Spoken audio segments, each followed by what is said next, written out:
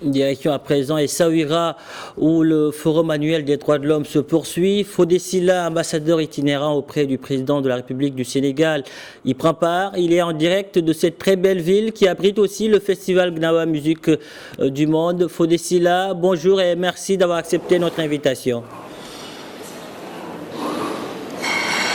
Bonjour et merci de votre invitation également. Alors, comme chaque année, vous êtes présent au festival Gnawa d'Essaouira, qui abrite également le forum annuel des droits de l'homme. Que retenir de l'ouverture de ce forum? Vous savez, le festival Gnawa va avoir un quart de siècle. C'est toujours un plaisir pour moi d'être dans la dynamique de Sa Majesté lorsqu'il parle de fraternité et d'être représenté par ce beau festival que le festival Gnawa. J'y retrouve mon ami Neila Tazi, André Azoulay, Gilles Driss Lazimi, et ensemble, notamment, il y a ce forum des droits de l'homme, et je suis très touché parce que tout le monde sait qu'en ce moment, il y a eu quelques scènes de violence au Sénégal, des manifestations qui trouvent un fondement dans les questions sociales, les difficultés sociales et économiques. Et puis tous mes amis marocains ici me demandent comment va le Sénégal, donc ça me fait du bien d'être là, de discuter avec eux et puis de leur dire que finalement les choses sont en train de s'apaiser au pays, et ça prouve que les Marocains sont très liés aux Sénégalais et vice versa. Nous aurons l'occasion de revenir sur la situation au Sénégal, mais avant cela, parlons d'abord du forum annuel des droits de l'homme et les messages qui ont été délivrés aujourd'hui. J'ai pas bien compris, excusez-moi. Quels sont les messages qui ont été délivrés lors de l'ouverture du forum annuel des droits de l'homme à Essaouira? Essaouira, écoutez, Essaouira, si vous voulez, a quelque chose de magique, c'est que le monde entier vient parler à Essaouira, et Essaouira parle au monde entier. C'est un festival où, effectivement, on voit d'abord que les Gnawa, aujourd'hui, se sont imposés au niveau international en partant d'Essaouira, de la ville des Alizés. Aujourd'hui, c'est inscrit au patrimoine immatériel de l'UNESCO, et on voit que son forum des droits de l'homme, aujourd'hui, nous sommes plusieurs ambassadeurs de plusieurs pays à travers le monde qui sont là pour parler notamment des questions d'identité, de nouvelles formes d'identité. Et surtout, je pense qu'une fois de plus, ça montre aujourd'hui qu'il y a un soft power marocain en matière culturelle, et puis que donc notre continent peut être fier d'abriter un festival qui rayonne au niveau international, qui donne une image de fraternité active, et on co-construit tous les jours ensemble la possibilité de se projeter dans le monde en créant ces nouvelles formes d'identité. La diaspora a une grande place.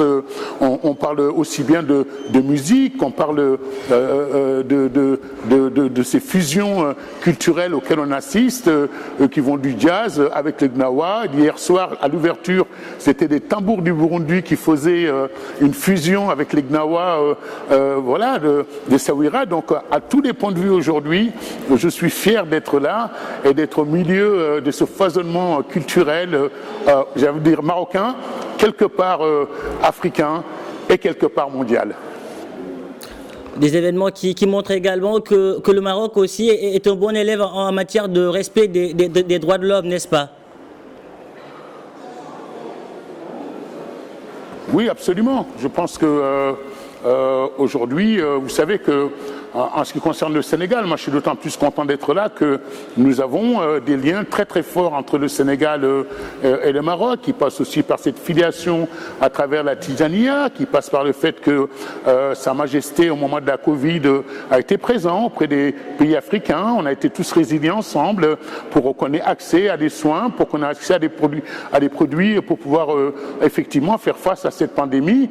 Et il l'avait déjà fait une première fois sous Ebola, et je crois qu'aujourd'hui, on voit bien que à travers les actions qui sont menées, ce sont des véritables témoignages d'amour et pas uniquement des déclarations d'amour.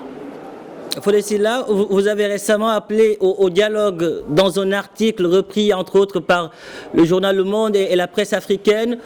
Où en est le Sénégal aujourd'hui après les violentes manifestations du début du mois de juin? Oui, je pense qu'aujourd'hui, c'est ce que je vous disais tout à l'heure, il y a plusieurs façons de regarder ce qui se passe au Sénégal. Soit on dit, c'est un pays, on vient de découvrir d'énormes quantités de gaz et de pétrole, et ça devient un pays de convoitise, un pays de jeu de géopolitique, et auquel cas chacun y va pour parler encore plus du Sénégal en n'étant pas sincère. Ou soit on est comme ici avec nos amis marocains et nos amis qui regardent à travers le monde entier, qui nous souhaitent la paix. Et donc quand ça va mal dans un pays, on demande aux gens qu'on aime de s'asseoir autour d'une table et de dialoguer. Et c'est de ma responsabilité en tant qu'ambassadeur itinérant de pousser aussi et de veiller à ce dialogue. Le Sénégal est un pays stable, qui a une longue tradition démocratique, qui traverse une crise qui est importante, après tous les événements, la guerre en ce moment, mais aussi on a vu après la Covid, une génération qui s'est paupérisée. Donc la question par exemple de la jeunesse, de sa place et de la redistribution des richesses est importante. J'appelle dans l'article que j'ai fait dans Le Monde, non seulement à ce qu'on trouve des voies par le dialogue, parce qu'il n'y a qu'avec le dialogue qu'on pourra s'en sortir, et on a l'habitude de ça, le pays de la Teranga, mais aussi il faut prendre une mesure rapide vis-à-vis de la jeunesse sénégalaise, cher Monsieur Fall, d'où par exemple le fait que je propose la mise en place d'un revenu unique, versé en une seule fois, l'équivalent de 10 000 euros, de 6 500 000 francs CFA, et que ça fasse une sorte de revenu universel, et que tout ça soit encadré dans un service mixte, un service civique mixte, il y a à la fois des filles, des garçons, et que ça concerne tous les Sénégalais avec un revenu, et que durant ce service civique, eh bien, on puisse les former au métier de la technologie, de l'agriculture, au métier culturel.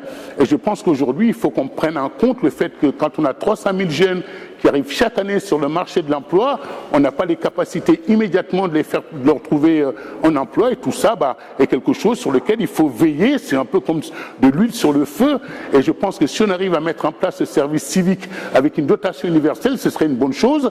Et enfin, je plaide aussi pour un Erasmus, que est ce système d'échange universitaire dans les métiers de la formation technologique et de la formation professionnelle, pour que des jeunes africains, partout, on le voit déjà avec les jeunes étudiants marocains en médecine qui sont très présents au Sénégal, on pourrait penser demain que dans toute une série de domaines, le numérique notamment, des jeunes Sénégalais puissent venir se former au Maroc et retourner au Sénégal, et qu'on le fasse aussi avec notamment les pays européens à travers le monde.